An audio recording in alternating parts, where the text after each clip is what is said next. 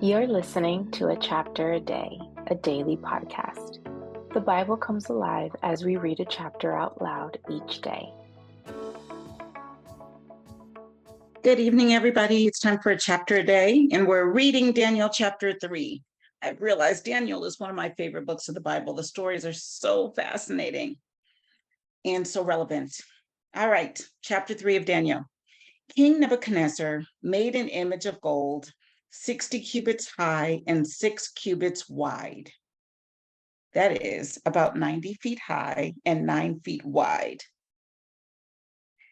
and set it up on the plain of Dura in the province of Babylon. He then summoned the satraps, prefects, governors, advisors, treasurers, judges, magistrates, and all the other provincial officials to come to the dedication of the image he had set up. So the satraps, prefects, governors, advisors, treasurers, judges, magistrates, and all the other provincial officials assembled for the dedication of the image that King Nebuchadnezzar had set up, and they stood before it. Then the herald loudly proclaimed, "Nations and peoples of every language, this is what you are commanded to do.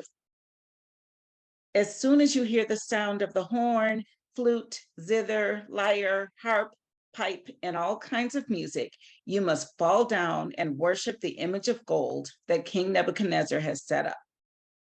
Whoever does not fall down and worship will immediately be thrown into a blazing furnace." Therefore, as soon as they heard the sound of the horn, flute, zither, lyre, harp, and all kinds of music, all the nations and peoples of every language fell down and worshiped the image of gold that King Nebuchadnezzar had set up. At this time, some astrologers came forward and denounced the Jews. They said to King Nebuchadnezzar, "May the king live forever. Your Majesty has issued a decree that everyone who hears the sound of the horn, flute, zither, lyre, harp, pipe, and all kinds of music must fall down and worship the image of gold, and that whoever does not fall down and worship will be thrown into a blazing furnace. But there are some Jews whom you have set over the affairs of the province of Babylon, Shadrach, Meshach, and Abednego, who pay no attention to you, your Majesty. They neither serve your gods nor worship the image of gold you have set up." Furious with rage, Nebuchadnezzar summoned Shadrach, Meshach, and Abednego. So these men were brought before the king, and Nebuchadnezzar said to them, "Is it true, Shadrach, Meshach, and Abednego, that you do not serve my gods or worship the image of gold I have set up?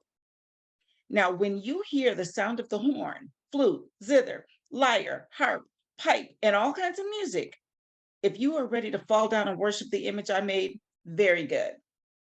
But if you do not worship it, you will be thrown immediately into a blazing furnace. Then what God will be able to rescue you from my hand?" Shadrach, Meshach, and Abednego replied to him, "King Nebuchadnezzar, we do not need to defend ourselves before you in this matter. If we are thrown into the blazing furnace, the God we serve is able to deliver us from it, and he will deliver us from your Majesty's hand. Excuse me. But even if he does not, we want you to know, your Majesty, that we will not serve your gods or worship the image of gold you have set up." Then Nebuchadnezzar was furious with Shadrach, Meshach, and Abednego, and his attitude toward them changed. He ordered the furnace heated 7 times hotter than usual and commanded some of the strongest soldiers in his army to tie up Shadrach, Meshach, and Abednego and throw them into the blazing furnace. So these men, wearing their robes, trousers, turbans, and other clothes, were bound and thrown into the blazing furnace. The king's command was so urgent and the furnace so hot that the flames of the fire killed the soldiers who took up Shadrach, Meshach, and Abednego. And these 3 men, firmly tied, fell into the blazing furnace. Then King Nebuchadnezzar leaped to his feet in amazement and asked his advisors, "Weren't there 3 men that we tied up and threw into the fire?" They replied, "Certainly, your majesty." He said, "Look, I see 4 men walking around in the fire, unbound and unharmed, and the fourth looks like a son of the gods." Nebuchadnezzar then approached the opening of the blazing furnace and shouted, "Shadrach, Meshach, Abednego, servants of the Most High God, come out, come here." So Shadrach, Meshach, and Abednego came out of the fire, and the satraps, prefects, governors, and royal advisors crowded around them. They saw that the fire had not harmed their bodies, nor was a hair of their heads singed. Their robes were not scorched, and there was no smell of fire on them. Then Nebuchadnezzar said, "Praise be to the God of Shadrach, Meshach, and Abednego, who has sent his angel and rescued his servants.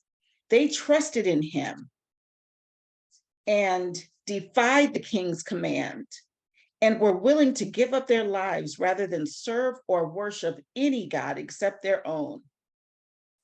Therefore, I decree that the people of any nation or language who say anything against the God of Shadrach, Meshach, and Abednego be cut into pieces and their houses be turned into piles of rubble, for no other God can save in this way."